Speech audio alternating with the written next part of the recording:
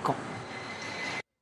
Et pas sûr qu'elle soit très écolo, mais elle est tellement pratique. Ce soir, notre Made in France met à l'honneur une petite gourde de compote devenue la reine des goûters.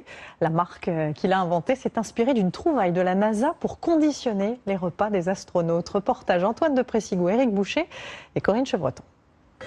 Ouvrez le cartable d'un écolier. Vous y trouverez une trousse, un agenda et sans doute cette gourde remplie de compote. Pour le goûter, elle est devenue incontournable. Alors, comment s'est passée la journée? Ok. C'est plus pratique qu'une compote en boîte. C'est un côté un peu ludique et donc finalement je m'aperçois qu'elle mange plus ça que la pomme. Souvenez-vous, c'était il y a 20 ans. Ce spot publicitaire entêtant vantait alors les mérites d'un goûter révolutionnaire. Fini les pots ringards, place aux gourdes. Le secret était bien gardé, il fallait pas que ça se sache. On se dit, on va sortir une gourde qui est pratique, nomade, que les enfants peuvent mettre dans leur cartable. Donc du coup, ça a été, on la met par terre, on met le pied dessus et on regarde comment elle réagit. Et elle a tenu le coup. On s'est dit, ça va cartonner. Et 20 ans plus tard, les compotes en gourde se vendent 5 fois plus que les compotes en pot.